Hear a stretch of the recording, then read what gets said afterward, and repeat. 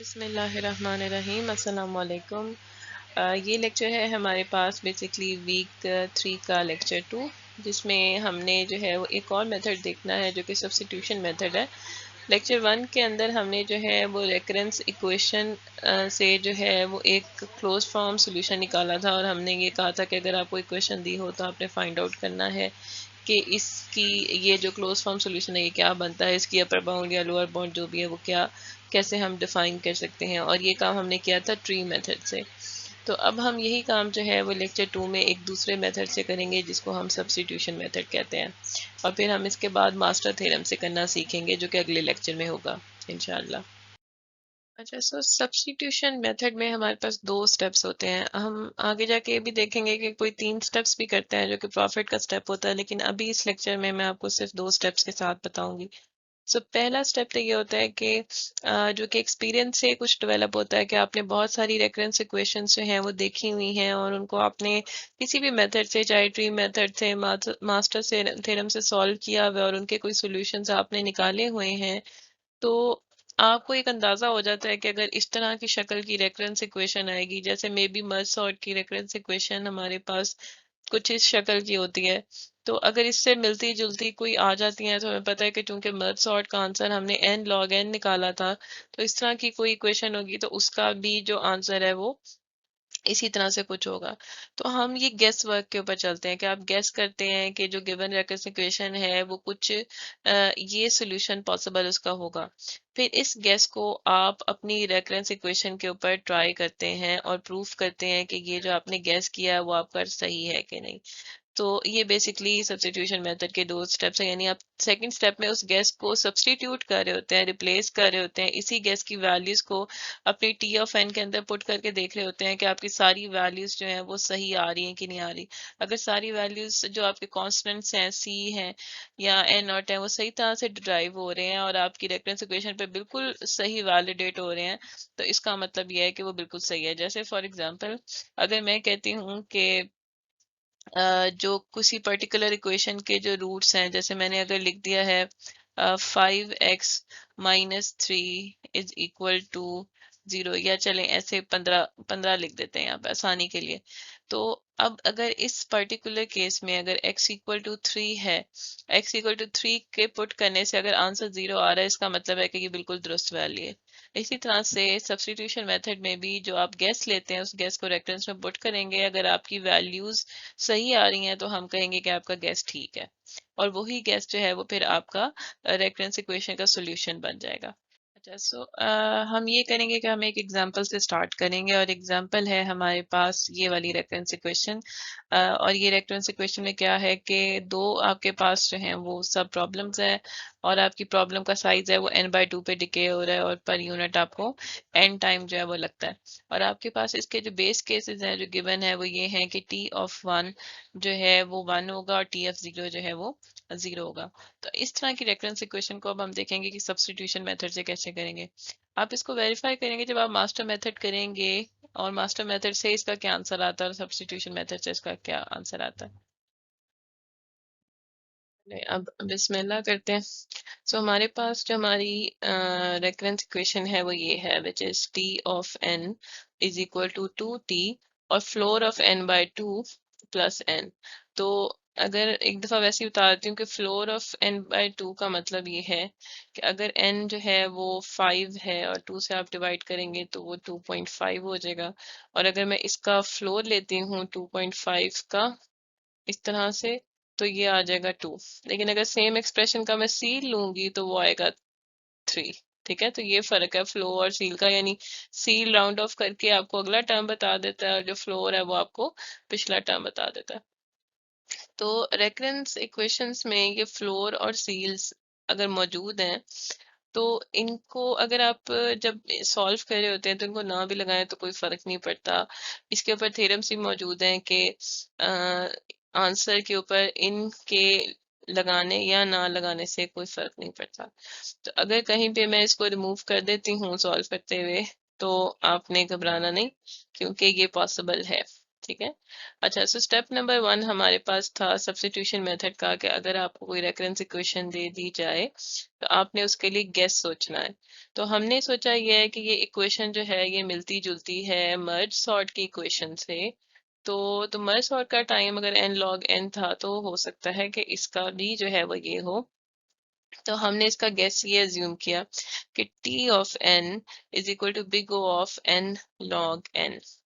अब हम क्या करेंगे, सब्स्टिट्यूट करेंगे इस जो हमने गेस को अपनी इस रेफरेंस इक्वेशन में, और फिर देखेंगे कि हमारा जो इक्वेशन है वो कैसे अनफोल्ड होती है। लेकिन यहाँ पे एक बात यह है कि चूंकि इधर अपर थ्रेशोल्ड है, तो हम इसको चूंकि इक्वेशन लेवल के ऊपर सॉल्व कर रहे हैं, तो हमने इस गेस को पुट करने के लिए ये प्रूव करना होगा कि हमारी टी ऑफ एन जो रेफरेंस इक्वेशन है, अगर उसकी वैल्यूज जो हैं वो C N log of N से कम आती हैं या उसके बराबर आती हैं, तो हम कहेंगे कि हमारा गेस बिल्कुल ठीक है। ठीक है, क्योंकि हमें पता ना कि अपर बाउंड जब हम तलाश कर रहे होते हैं तो आपकी जो भी ग्राफ बन रहा होता है उसके ऊपर अपर बाउंड आ रही होती है। और ये अपर बाउंड तब आती है अगर आप कोई पर्टिकुलर एन नॉट पिक करते हैं, N equal to N naught, और आपके पास कोई सी की वैल्यू होती है जो आप जी ऑफ एन से मल्टीप्लाई करते हैं, तो फिर वो टी ऑफ एन से ऊपर जो है मूव करना शुरू कर देता है। तो अपने गेस को प्रूव करने के लिए कि ये big O of n log n ही है, ये बात सच्ची है कि नहीं, हमें इस वाली इक्वेशन, अगर हम ये चीज प्रूव करें कि हमारी रेफरेंस और हमारे गेस जो है अगर इस इनइक्वालिटी के ऊपर वैलिडेट हो जाते हैं, तो हम कहेंगे कि हमारा गेस बिल्कुल ठीक है। ठीक है, तो हम ये चीज प्रूव करने जा रहे हैं। अब इसके लिए हम क्या करेंगे, हमारी इक्वेशन ये थी। अब इक्वेशन जो है हमारी रेकरेंस वो अपने ऊपर ही डिपेंड कर रही है, लेकिन उस सेम जो इक्वेशन है रेकरेंस को दोबारा कॉल करिए, लेकिन नाउ विद n/2। तो इसका मतलब है कि इसमें पुट करने के लिए हमें पहले इसकी वैल्यू पता होनी चाहिए। ये वैल्यू हम कहाँ से लेंगे, ये वैल्यू हम इससे लेंगे जो हमने अपनी अज्यूम की हुई है, क्योंकि since we know that t of n is less than equal to C N log of n, तो इसी तरह से Tn/2 ये इम्प्लाई करता है कि it will be less than equal to Cn/2 log of n/2। ठीक है, एग्जैक्टली यही बात है ना, n को हमने इससे रिप्लेस कर दिया है। और अगर आप फ्लोर के साथ इसको लगाते रहें तो तब भी कोई मसला नहीं है, तो थोड़ा सा इजी हो जाएंगे, तो आगे जाके हम इसको रिमूव कर देंगे। अच्छा, अब Tn/2 की हमें जब वैल्यू पता चल गई है, तो putting this value in this equation, ठीक है, Tn/2 की वैल्यू, तो हमारे पास इक्वेशन क्या बन जाएगी, T of n 2 multiply bye इसकी क्या वैल्यू है, C n/2 log of n/2 plus n। ठीक है, तो अब हम कहाँ तक आ गए हैं, हम यहाँ तक आ गए। अब अगर हम इसको फर्दर आगे एक्सपैंड करें और सॉल्व करें, तो ये 2 से कट जाएगा। ठीक है, तो हमारे पास यहाँ क्या रह जाएगा, हमारे पास रह जाएगा C N log n/2 plus n। हम यहाँ तक आ गए। उसके बाद ये वाला जो पर्टिकुलर एक्सप्रेशन है, हमें पता है कि जब इस तरह से कोई चीज लिखी हो कि log a ओवर b ऐसे हो रहा हो, तो हम इसको लिख सकते हैं कि log of a minus log of b। ये भी log के फॉर्मूलाज है, तो हमने इस एक्सप्रेशन को ऐसे लिख दिया C N log of N, क्योंकि सी एन मल्टीप्लाई हो रहा है इस पूरे एक्सप्रेशन से, और ये एक्सप्रेशन इक्वल है log of N minus log of 2 के, तो हमने इसको एक्सपैंड करके इस तरीके से लिख दिया, और प्लस एन साथ वैसे ही आ गया। अब log 2 जो है, हम अगेन ये देखते हैं कि log 2 ऑफ 2 1 के इक्वल होता है, तो फिर क्या है, ये वाली चीज 1 हो जाएगी, और हमारे पास रह जाएगा C N log of N minus C N plus N. अब यहाँ तक तो चलो हमने काम कर लिया। अब इसके बाद हमने क्या करना है, इसके बाद हमने ये देखना है कि सी की कौन सी ऐसी वैल्यू है जो हम पिक करें और ये वाली बात ट्रू हो जाए। ठीक है, सो लेट्स से कि अगर मैं सी की वैल्यू को 1 पुट करती हूँ, तो फिर ये एक्सप्रेशन क्या बनेगा, इस एक्सप्रेशन को अगर हम देखें, बल्कि मैं ऐसा करती हूँ कि साइड से थोड़ा हम इरेज कर देते हैं ताकि जगह भी बन जाए। सो चले, अब देखते हैं, अगर c की वैल्यू 1 है, तो हमारे पास ये एक्सप्रेशन ये वाला ये बन जाएगा n log of n minus N plus N, और हमारे पास इक्वेशन क्या आ जाएगी, T of N, N log of N. ठीक है, और अगर मैं c की वैल्यू को 0 पुट कर देती हूँ लेट्स से, तो ये एक्सप्रेशन क्या बन रहा है, ये एक्सप्रेशन बन जाता है 0 माइनस 0 प्लस एन। और अगर ये t ऑफ एन एन के इक्वल आ जाता है, इसका मतलब ये है कि हमारी जम्पशन गलत हो गई, तो सी ऑफ 0 मैं पिक नहीं कर सकती। हमारी जम्पशन तो ये थी ना कि ये चीज वैलिडेट होनी चाहिए कि जो टी ऑफ एन है it should be less than N log of N, तो ये वाला काम होना चाहिए। तो जो कि नहीं हमारे पास इस टाइम हो रहा, तो हम क्या करेंगे कि सी 1 लेते हैं, तो ये आ जाता है। इसी तरह से अगर मैं सी को 2 लेती हूँ, तो मेरे पास आ जाएगा 2n log of n minus 2n plus n, जो कि हमारे पास आ जाएगी 2n log of n minus n। तो अब ये जो एक्सप्रेशन है, ये आप कुछ भी कर लें, ये एक्सप्रेशन किसके इक्वली होगा, ये एक्सप्रेशन जो है वो big O of n log n के ही इक्वल आ रहा होगा। ठीक है, तो इसका मतलब ये है कि अगर मैं c की जो वैल्यू है वो 1 या उससे बड़ी लेती हूँ, तो ये बात बिल्कुल ट्रू रहती है कि t of n remains less than cn log of n, जो कि आपका गिवन गेस था। तो इसका मतलब हमने पहला स्टेप तो चला के देख लिया कि जो गेस है वो गेस हम जब अपनी इक्वेशन में पुट करते हैं तो हमें वही मिल रहा है जो हमने एक्चुअली अज्यूम किया था। अब हमने प्रूफ करना है कि जो गेस हमने सोचा है बाय इंडक्शन मेथड, कि क्या वो सही चलता है कि नहीं चलता। तो अब इसी इक्वेशन के ऊपर हमने इंडक्शन चलानी है। तो इंडक्शन का मतलब ये होता है कि अब हमने वैलिडेट करना है कि कौन सी वैल्यूज के ऊपर जो है वो सी के ये बिल्कुल सही चल रहा है। अब उसके लिए हमें क्या करना पड़ेगा, पहले टी ऑफ वन को मालूम करना पड़ेगा कि टी ऑफ वन क्या होता है। सो लेट्स से कि हमने कहा था कि हम अज्यूम करेंगे कि T of one equal to 1 है। अब टी ऑफ 1 जब 1 हो गया, तो ये वाली इक्वेशन अगर हम पुट करना शुरू करें, तो ये इक्वेशन में तब हम पुट कर सकते हैं अगर हम n को 2 अज्यूम करें। सो लेट्स से n 2 है, t ऑफ 1 अगर 1 है, तो मैं t ऑफ 2 की वैल्यू को फाइंड आउट करने की कोशिश करती हूँ। तो t ऑफ 2 की इस इक्वेशन में जब वैल्यू पुट करते हैं, तो हमारे पास आता है 2t ऑफ 1 प्लस 2, जिसका मतलब ये है कि t ऑफ 1 1 है हमारे पास, तो ये बन जाएगा 2 प्लस 2 विच इज 4। तो हमारे पास t ऑफ 2 4 आ गया। ठीक है, इसी तरह से जब t ऑफ 3 मैं फाइंड आउट करूंगी, तो मेरे पास t ऑफ 3 की वैल्यू आ जाएगी 2 और t अगेन और n बाय 2, n जो है वो 3 था, 3 बाय 2 इज 1.5, तो फ्लोर ले लिया तो अगेन मेरे पास क्या आ जाएगा, 1 आ जाएगा और 1 प्लस 3 आ जाएगा। तो ये हो जाएगी 2 प्लस 3 विच इज 5। तो मेरे पास टी ऑफ 3 की जो वैल्यू है वो 5 आ गई है। सही है, तो अब ये काम तो हमने पहले कर लिया कि हमने पहले इस अपनी रेफरेंस के अंदर वैल्यूज पुट करके देख लें कि वो क्या आंसर आता है।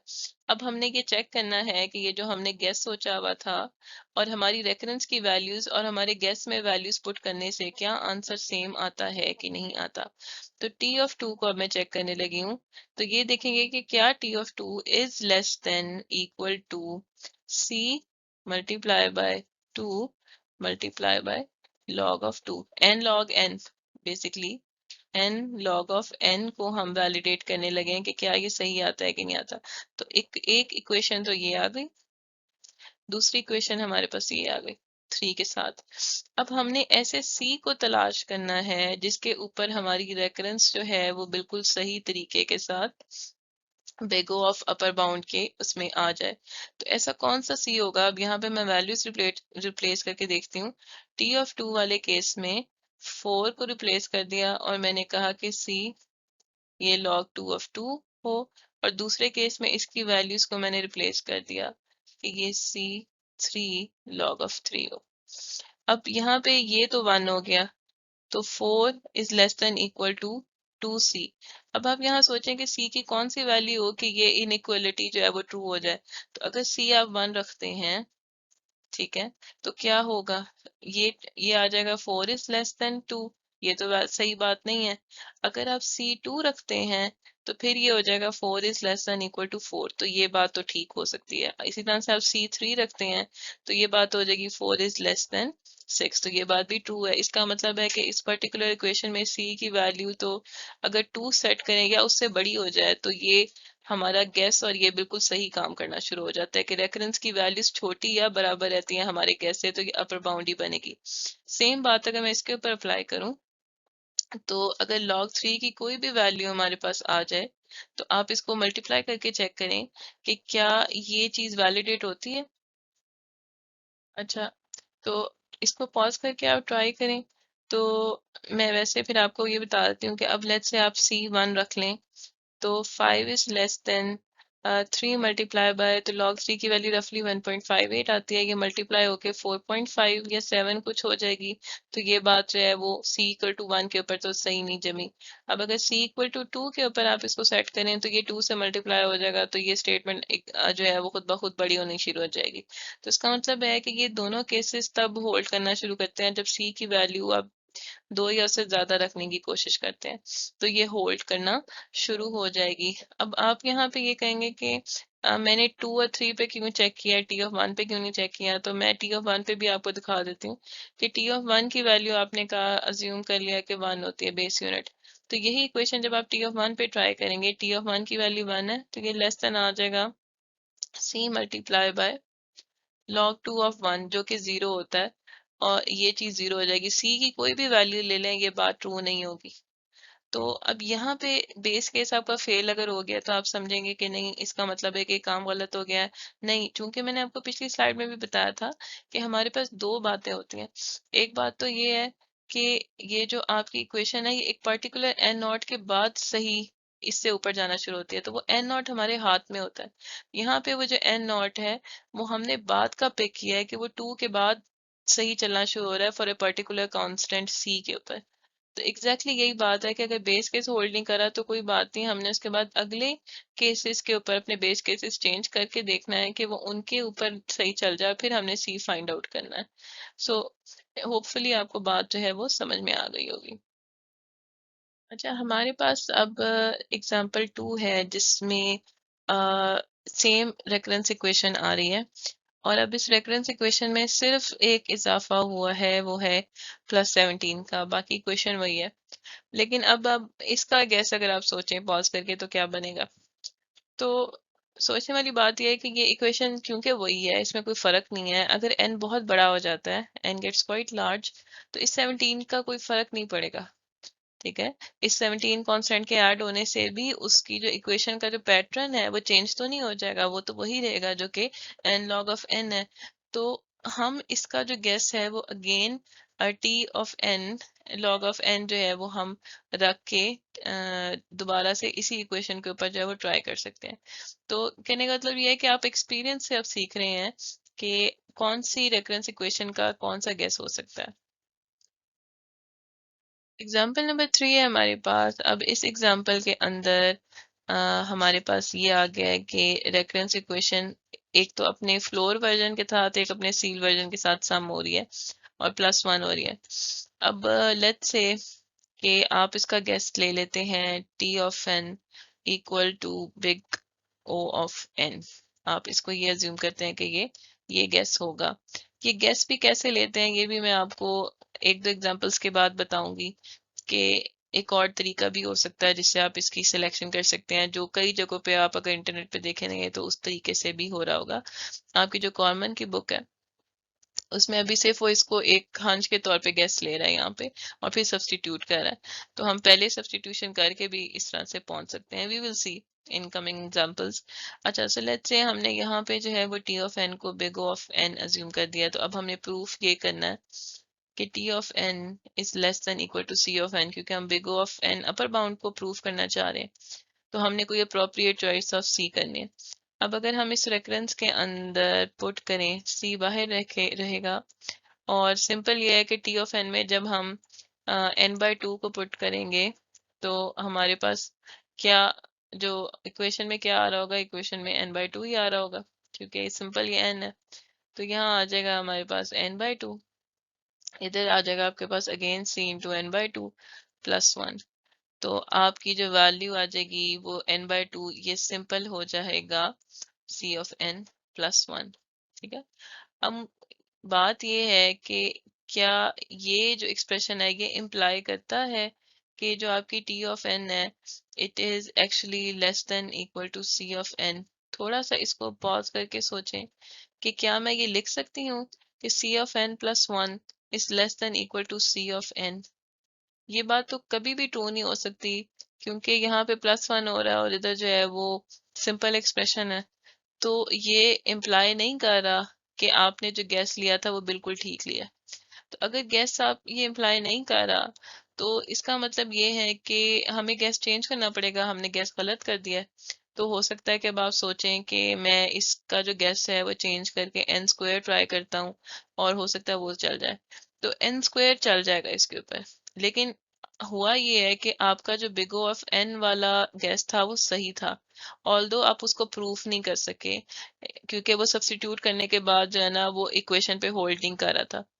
अगर आप बिग ऑफ एन को गैस ले लेंगे तो ये भी होल्ड करेगा, लेकिन ये एक बहुत बड़ी अपर बाउंड हो जाएगी, बहुत दूर की अपर बाउंड हो जाएगी, हालांकि बिग ऑफ एन बिल्कुल जायज बाउंड आपने ली हुई थी।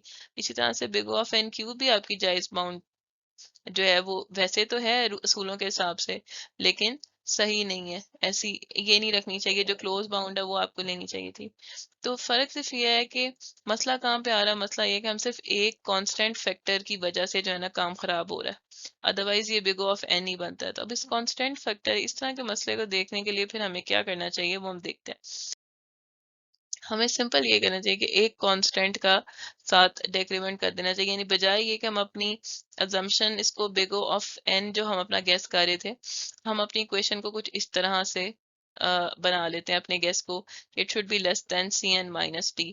तो अगर C N minus D let कर दें और अब हम इक्वेशन के अंदर वैल्यूज पुट करें, तो आप इसमें देखें तो इधर हमारे पास आ जाएगा C N by two minus D. इसी तरह से यहाँ पे भी आपके पास आ जाएगा C N by two minus T, और इधर आपके पास प्लस वन ही आ जाएगा जैसे कि यहाँ पे लिखा हुआ है। फिर हमें जब इसको रिप्लेस कर देंगे, जब वैल्यूज को सॉल्व करेंगे तो ये दोनों सम होके ये बन जाएंगे, माइनस टी ऐड होके माइनस टू डी हो जाएंगे और ये प्लस वन हो जाएगा।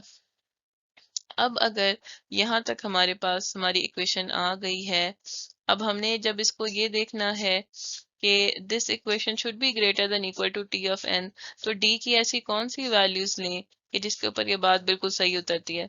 सो अगर तो हम डी की वैल्यू जीरो लेते हैं तो फिर हमारे पास वो इक्वेशन क्या बन जाती है, वही जो कि पहले बनी हुई थी, जो कि ट्रू नहीं, जो कि क्या हो रही है उस बात के ऊपर वैलिडेट आप नहीं कर सकते कि ये इसके ऊपर सही चल रही है कि नहीं चल रही, क्योंकि डी जीरो था तो ये आपकी बात नहीं फिट बैठी, ये अभी भी गलत है। अगर मैं डी की वैल्यू वन ले लेती हूँ, अब आप इसको देखें कि जो आपकी टी ऑफ एन है वो क्या बन रहा है, C N minus two plus one, और ये बन रहा है सी एन माइनस वन, जो कि बिल्कुल सही फिट बैठ रही है इस बात के ऊपर, क्योंकि वो उससे वाकई कम है। इसी तरह से डी की जितनी भी वैल्यूज जो कि वन से ज्यादा होंगी उसके ऊपर ये स्टेटमेंट बिल्कुल जायज बैठ रही होगी। ठीक है, तो अब इसको मतलब कहने का ये है कि बाजू का तो आपका गेस ठीक होता है लेकिन आप उसको प्रूफ नहीं कर पाते, कोई एक छोटी सी चीज होती है जिसको चेंज करने की जरूरत होती है, कोई कांस्टेंट ऐड या माइनस करने की जरूरत होती है, तो वो करके आप सेम बात के ऊपर प्रूफ कर सकते हैं। तो आपकी ये वाली बाउंड जो है वो जो आपने सोची हुई थी वो गेस था वो आपका बिल्कुल ठीक था। इसी तरह से हमारे पास एग्जाम्पल 4 है, इसमें थोड़ी जरा मुश्किल सी रेकरेंस इक्वेशन आ गई है। अब ऐसी सूरत हाल में क्या किया जाए, ऐसी सूरत हाल में अपनी ज़िंदगी आसान करने के लिए हम वेरिएबल जो है वो लेट कर लेते हैं ताकि इक्वेशन की ऐसी शक्ल नजर आए जो एक इंसान को समझ में आ सके। तो हम अज्यूम ये करते हैं कि हमें ये पता होता है कि under root N is actually N raise to the power one over two. तो किसी तरह से अगर हम ये वन ओवर टू की पावर को ख़त्म कर सकें तो थोड़ा सा मामला सेट हो जाएगा। सो लेट्स से कि हम अज्यूम कर लेते हैं कि m is equal to log of n, जो कि ये चीज़ है। और अगर मैं इसको लिखना चाहूँ तो मैं इसको ऐसे भी लिख सकती हूँ, अगर मैं लॉग की जो है वो बात करती हूँ, लॉग अगर आपने पढ़ा हो तो रिकॉल करें कि इसको ये एक्सप्रेशन इस एक्सप्रेशन के इक्वल होता है। तो इसका मतलब है कि n is equal to two raise to the power जो है वो m, टू इस पावर एम। तो अब मैं क्या करूंगी, जहां जहां एन होगा वहां उसको टू एम से रिप्लेस कर दूंगी, यहाँ पे टू एम आ जाएगा। और यहाँ पे एन को जब मैं टू की पावर एम से रिप्लेस करूंगी तो उस ये रेस टू द पावर 1/2 हो जाएगा, तो ये एक्सप्रेशन 2m/2 है जो यहाँ पे लिखती है। इसी तरह से जो log ऑफ n है वो सिंपल m के इक्वल हो जाएगा। अब अगेन दोबारा से लेट करते हैं। अगर मैं जो हूँ वो इस इक्वेशन को, जो रेफरेंस इक्वेशन के हम यहाँ तक पहुंचे हैं, अगर मैं इस इक्वेशन को चेंज करके s ऑफ m कह दूं, ठीक है, ताकि थोड़ी सी और आसानी पैदा हो जाए कि पावर्स की जो शक्ल है वो खत्म हो जाए, तो इसको मैं s ऑफ m कह दूं तो ये रिप्लेस होकर s ऑफ m बन जाएगा। और यहाँ पे अब क्या होगा ये थोड़ा सा देखें कि ये एक्सप्रेशन बन रहा है 2t 2 raised to power m/2, और आपके पास s ऑफ m है t 2 raised to the power m। तो अब ऐसे केस में m को अगर मैं m/2 से रिप्लेस कर दूं तो एक्सप्रेशन बन जाएगा s m/2 equal to t 2 raised to power m/2। ये एक्सप्रेशन बन गया, m को रिप्लेस कर दिया m/2 से, और बोथ साइड्स को मैं अगर 2 से मल्टीप्लाई कर दूं तो वो ये बन जाएगा। ये वाला एक्सप्रेशन सेम है इससे एक्सप्रेशन के, तो इसको रिप्लेस कर दूंगी मैं इससे, तो ये बन जाएगा, और plus m as it is आ जाएगा। तो अब अगर इस इक्वेशन को देखें आप, और इस इक्वेशन को देख के अगर आपको एग्जांपल नंबर 1 याद आ जाए, तो इसका भी गैस आप किसके साथ चला सकते हैं, n log n के साथ, और इसका भी वही उसी तरीके से सॉल्व होगा जैसे आपने एग्जांपल नंबर 1 को सॉल्व किया था। अच्छा, अब एग्जांपल नंबर 5 है, ये मैं सॉल्व नहीं करूंगी, लेकिन मैं आपको पहले मशवरा देती हूँ कि आप खुद सॉल्व करें और फिर देखें कि ये वाली रेफरेंस आ जाए तो आप कैसे करेंगे। एक और मेरा मशवरा होगा कि इस एग्जांपल के बाद मैं पहली एग्जांपल को दोबारा समझाने जा रही हूँ, लेकिन एक थोड़े से डिफरेंट तरीके से, तो आप उस तरीके से भी करके ट्राई कीजिएगा। तो ये वाला मसला जो है, जो हमने अभी पहले देखा था, इसको अभी मैं दोबारा कराने लगी हूँ, लेकिन एक स्लाइड डिफरेंट मेथड से। सो हमारे पास रेफरेंस इक्वेशन वो हमने ऊपर लिख दी, हमने बेस केस अज्यूम कर लिया कि t(1) इज इक्वल टू 1, कोई मसला नहीं है। अब हमने क्या करना है, इस इक्वेशन को लिखना है और वैल्यू फाइंड आउट करनी है tn/2 की। ठीक है, tn/2 की वैल्यू आप कैसे फाइंड आउट करेंगे, tn/2 की वैल्यू हम इसी इक्वेशन में दोबारा पुट करें, हम अपना आंसर गेस करने लगे। इसका मतलब है कि मैं लिखूंगी t of n is equal to 2 multiply by t of n/2 की वैल्यू क्या है हमें अभी नहीं पता, तो इस इक्वेशन के अंदर अगर मैं t ऑफ n/2 पुट करूं तो मेरे पास क्या आ जाएगा, 2 multiply by t n/4 plus n/2। ठीक है, यही सेम वैल्यू मैंने यहाँ पे पुट कर देनी है। अब मैं क्या करूंगी, t of n 2 multiply by t n/4 और प्लस n/2 और प्लस n। ठीक है, तो ये आप देख रहे हैं कि यहाँ मैंने इस तरह से लिखी गई है। अब अगेन दोबारा से जब आप इसको सॉल्व करेंगे तो क्या होगा, 2 से मल्टीप्लाई हो जाएगा, 4 हो जाएगा, n/4 ऐसे ही आ जाएगा, ये वाला 2 से मल्टीप्लाई होगा, ये कैंसिल हो जाएगा, n रह जाएगा, this n plus this n 2n बन जाएगा। फिर अगेन अब आपको n/4 की वैल्यू चाहिए। जब आप n/4 की वैल्यू लेंगे तो आप देखेंगे कि वही 2 डॉट t और n/2 एक दफा डिवाइड हो जाएगा, n/4 और 2 तो n/8 हो जाएगा। इसमें पुट करके देखें, यानी t ऑफ n/8 की वैल्यू जो है वो आपकी बन रही होगी ये चीज। ठीक है, n/4 सॉरी, हम n/4 फाइंड आउट करें तो ये n/4 ये बन जाएगी, और प्लस 2n बाहर वाला ऐसे ही रहेगा, ये 4 से कैंसिल हो जाएगा, तो इसको सॉल्व करेंगे तो 3n बच जाएगा, ये आपका 3n रह गया। अब अगर आप इसको चलाते जाएं तो आपको थोड़े से किसी जनरलाइज फॉर्मूले की तरफ आपको नजर आ रहा होगा कि आप जा रहे हैं कि आपका लेवल बढ़ता जा रहा है, तो ये दो सेम रहते हैं और ये लेवल रहता है, यानी लेवल जब 3 है, यानी इसको मैं ऐसे लिख सकती हूँ कि 2 raised to power 3 into T n/2 raised to power 3 plus 3n। इससे ऊपर वाली इक्वेशन जो ये वाली थी, इसको मैं लिख सकती थी 2 raised to power 2 into T n/2 raised to power 2 plus 2n और सो ऑन। इस इक्वेशन को भी हम इसी पैटर्न के ऊपर लिख सकते हैं। तो अगर मैं इसको जनरलाइज करूं तो आपका ये पैटर्न जनरलाइज हो जाता है। ठीक है, अब इसको अगर आप चलाते जाएं तो फाइनली जब n/4 डिवाइड होता जाएगा तो आपके पास लास्ट वैल्यू है वो बेस केस पे जाएगी, विच इज t ऑफ 1।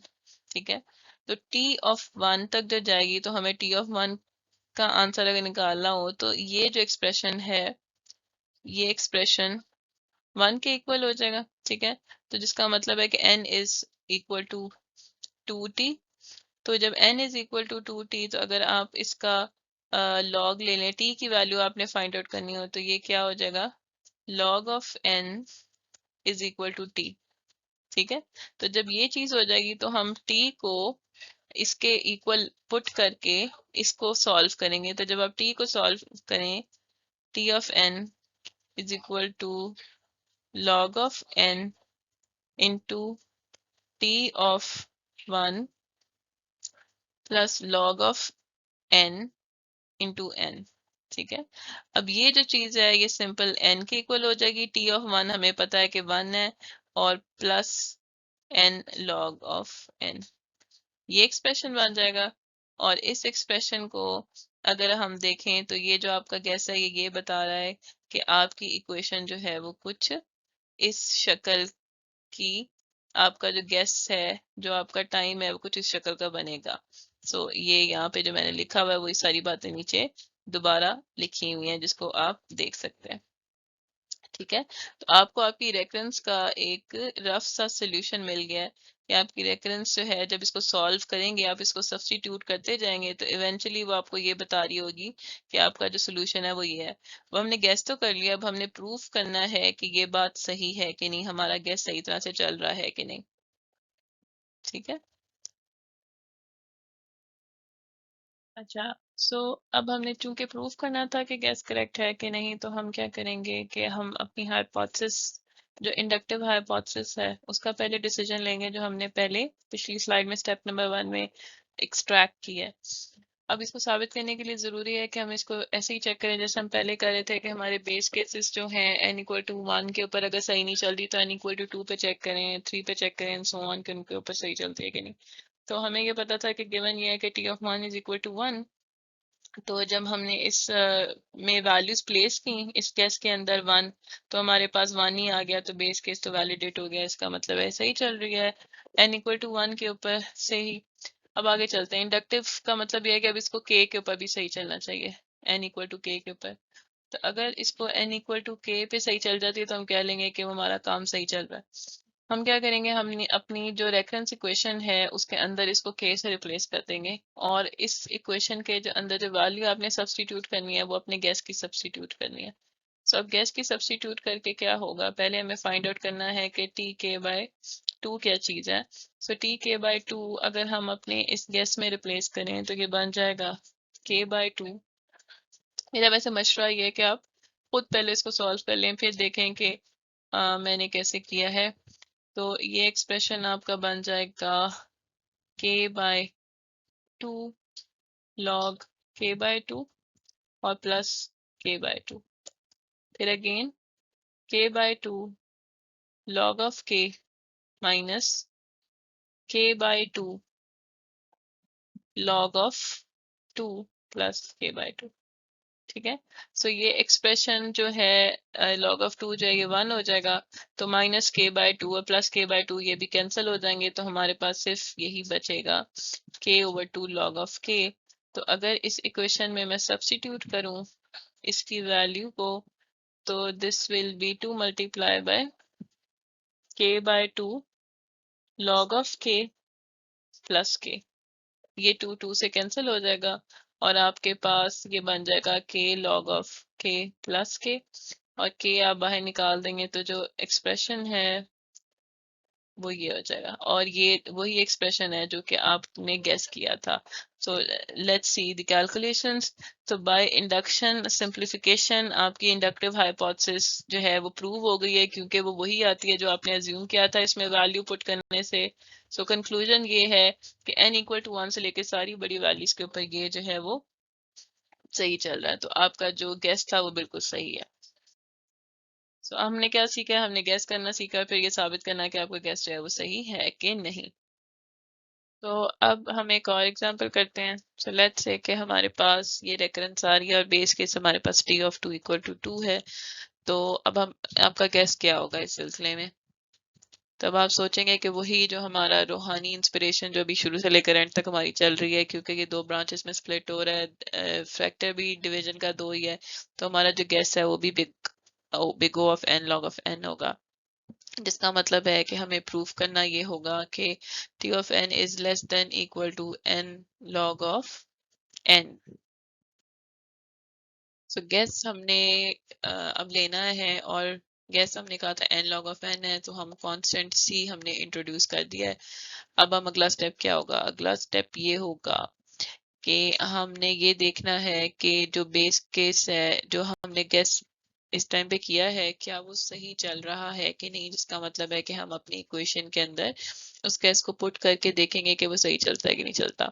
लेकिन उससे पहले हमने बेस केस चेक करनी है। तो बेस केस में हमें बताया हुआ है कि टी ऑफ टू टू है, जिसका मतलब है कि अगर हम अपनी इस केस के अंदर इसको पुट करके देखें तो ये हमें वैल्यू देता है t of n less than equal to c dot two log two of two, जो कि ये एक्सप्रेशन वन हो जाएगा, जिसका मतलब है कि T of N is less than equal to two C. और अगर टी ऑफ एन जो है वो हमारे पास जो गिवन था वो टू था, तो ये बात कहाँ पे ट्रू हो रही है, ये तब ट्रू हो रही है अगर सी की वैल्यू वन हो या इससे बड़ा हो, तो आपका बेस केस वैलिडेट हो जाता है। तो हाँ, ये बेस केस तो हमारा फिट बैठ गया हमारे गेस के साथ जो हमें गिवन था। तो अब हम अगला स्टेप करते हैं। इंडक्टिव स्टेप में क्या होगा फिर, अब हम अपना इंडक्टिव स्टेप जो है वो ट्राई करते हैं। इस इंडक्टिव स्टेप में हम क्या करेंगे कि जो गैस हमने अपना रखा हुआ है उस गैस की वैल्यू हम पुट करके इस इक्वेशन की जगह इस रेफरेंस में प्लेस करेंगे और देखेंगे कि क्या जो है वो वैलिडेट हो रहा है जो गैस हमने लिया था कि नहीं। तो अगर हमारे पास टी के ऑफ टू की वैल्यू हमें नहीं पता, तो इस इक्वेशन में एन की जगह अगर हम के ऑफ टू पुट करते हैं तो ये आ जाएगा कुछ इस शक्ल में। ठीक है, ये वाली सेम वैल्यू हमने इस में रिप्लेस कर देनी है, तो ये कुछ ये शक्ल बन जाएगी। अब हम जब इसको थोड़ा सा सिंप्लीफाई करेंगे तो ये कुछ ये बनेगा के over to multiply by log of के माइनस टू सी के over to multiply by log two of two plus 32 के। क्योंकि ये माइनस हो रहा है, ये टू ऊपर चला जाएगा तो ये हो जाएगा। अब ये टू इस टू से कैंसिल हो जाएगा, ये टू इस टू से कैंसिल हो जाएगा, ये एक्सप्रेशन वन हो जाएगा। तो हमारे पास जो चीज रह जाएगी वो होगी सी के लॉग ऑफ के माइनस सी के प्लस 32 के। तो अब यहाँ से हम के अगर कॉमन ले लें तो अगेन सी लॉग ऑफ के माइनस सी प्लस 32। तो ये आपकी इक्वेशन बन जाएगी। अब आपको करना ये है कि वो वाली सी की वैल्यू फाइंड आउट करनी है जिसके ऊपर आपका गैस और ये रेकरेंस बिल्कुल सही तरह से वैलिडेट हो जाए। तो ये अगर मैं इसको इक्वेशन नंबर वन कह लूँ और मैं अपने गैस को जिस इक्वेशन से हमने वैलिडेट करना है इसको टू कह लूँ, तो हम करेंगे ये कि इक्वेशन नंबर टू की जो लेफ्ट हैंड साइड है उसको रिप्लेस किया करेंगे इक्वेशन नंबर वन में वैल्यू पुट करके। तो हमें बेस केस गिवन है कि टी ऑफ टू जो है वो टू है। तो हम ऐसा करते हैं कि हम वैल्यूज फाइंड आउट करते हैं, दो तीन मैं ट्राई करूंगी, उसके बाद आप इसको एग्जीक्यूट करते जाएं और फिर आप चेक करेंगे कि सी कहाँ पे जाके सेट होता है और आपकी सारी इक्वेशंस के ऊपर फिट बैठता है। तो लेट्स से मैं T of four find out करती हूँ यूजिंग इक्वेशन नंबर वन। तो ये बन जाएगा two into T of two plus 32 into four. तो टू की वैल्यू हमें पता है ये फोर हो जाएगी टी ऑफ टू की, ये दी हुई है हमें। और फिर हम इसके बाद इसको जब सॉल्व करेंगे तो ये हो जाएगी रफली 132। अब जब इक्वेशन नंबर वन से 132 आ गया है तो हम इक्वेशन नंबर टू में ये जो है वैल्यू इस साइड पे रखेंगे और उसको कंपेयर करेंगे c into n into log two of four. तो ये हमारे पास आ जाएगा 4c इंटू टू और ये हो जाएगा 8c। ठीक है, तो अब c की हम क्या वैल्यू रख सकते हैं कि जो आंसर है वो 132 से बड़ा है। तो अगर मैं 10 रखती हूँ तो वो 80 होती है। अगर मैं इसको जो है वो 15 रखती हूँ तो वो बन जाएगा तकरीबन 120। और अगर 16 या 17 रखूँ आई गेस, तो मैं हिट एंड ट्रायल कर रही हूँ, तो ये हो जाएगा हिट वन द 8 और 136। ठीक है, तो 17 यानी सी की वैल्यू 17 रखने से हमारे पास जो है वो T(4) वाला बेस केस वैलिडेट होता है, लेकिन हमने इसके ऊपर नहीं रुकना। हम अभी जरा एक आध और चेक करके देखते हैं। तो अब T(8) को ट्राई करें, जो आपके पास होगा इस एक्सप्रेशन के इक्वल, जिसमें आप 32 इंटू 8 करेंगे। T(4) की वैल्यू हमें पता है, इट इज़ 132, और 132 को जब हम 2 से मल्टीप्लाई करेंगे तो 264 आ जाएगा, और ये हमारे पास आ जाएगा 256। और जब हम इसको ऐड अप करेंगे, अच्छा अब इसमें ये चीज़ आप देख लें कि हो सकता है कोई कैलकुलेशन में कहीं पे कोई बिल्कुल गलती हो सकती है, तो वो आप उसको अपने एंड पे बिल्कुल इसी तरीके से सॉल्व करके रिजॉल्व कर सकते हैं। अब इक्वेशन नंबर 2 में मैं देखूंगी 520 is less then 3 multiply by n multiply by log 2 of 8 which is 3, तो ये आ जाएगा, which implies के 520 is less than equal to a to the x3 the 24c। अच्छा अब अगेन क्वेश्चन ये है कि हम c की क्या ऐसी वैल्यू को सेट करें कि ये 520 से बड़ा आंसर आ जाए। तो लेट्स सी कि मैं अगर इसको 20 सेट करती हूँ तो 4 टू द 8 और 4, तो ये 480 आ रहा है। इसका मतलब मुझे 20 से ऊपर जाने की ज़रूरत है, तो मे बी मैं इसको 24 है तो हो सकता है मैं इसको 22 अगर सेट कर लेती हूँ, या 4 टू द 8, 4 8 और 4 12, तो 528, तो ये बड़ा आ जाएगा। तो इसका मतलब है कि फॉर 8 वैल्यू c की वैल्यू अगर 22 होती है तो फिर ये रेफरेंस ठीक होती है। इसका मतलब है कि अभी c हमारा सेट नहीं हुआ, तो c को चेंज करने की ज़रूरत है। आप इसको ट्राई करते जाएं। अब इसके बाद आप इसको 16 पे रख के देखें, फिर आप इसको 32 पे रख के देखें, और फिर इवेंचुअली किसी सोल्यूशन पे पहुंच के मुझे बताएं कि c की जो वैल्यू है वो क्या होती है। तो इसका जो आंसर होगा, इसका आंसर रफली ये होगा कि ये इक्वेशन तब होल्ड करेगी as long as c is equal to 32 और ग्रेटर देन 32। ये आपने चेक करना है कि ऐसा क्यों हो रहा है।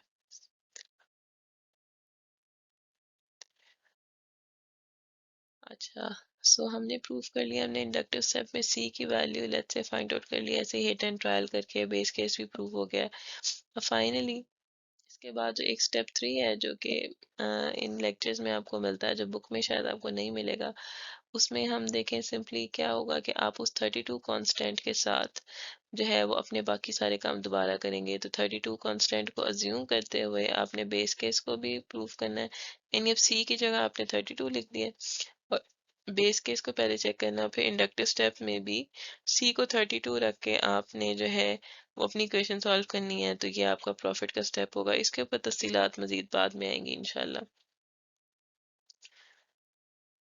ठीक है, सो यहाँ पे फिर फाइनली कंक्लूजन ये है कि आपकी रेफरेंस इक्वेशन ये बन जाती है, और आपके पास आपका n नॉट और c दोनों की वैल्यूज जो है वो डिसाइड हो गई हैं फिर। अच्छा, अगली दफ़ा इंशाल्लाह हम अगला लेक्चर में मास्टर थ्योरम पे रखें, और फिर नेक्स्ट वीक में भी इंशाल्लाह हम सब्स्टिट्यूशन मेथड को थोड़ा सा और देख लेंगे। तो हम नेक्स्ट टाइम क्या देखेंगे कि what happens if the sub problems are of different sizes. यानी अभी तक तो हम ये देख रहे हैं कि सब प्रॉब्लम सेम साइज की होंगी, लेकिन अगर सब प्रॉब्लम्स का साइज डिफरेंट हो जाता है, यानी एक साइड पे n है, और अभी हमने ये किया था कि इधर भी n/2 चला गया, इधर भी n/2, तो ये भी पॉसिबिलिटी है कि एक साइड पे 3n/2 चला जाए, एक साइड पे n/2 चला जाए, या n/3 चला जाए। मतलब कोई भी पॉसिबिलिटी एग्जिस्ट कर सकती है, यानी अनइवन जो है वो काम हो सकता है। तो उस केस में क्या होगा।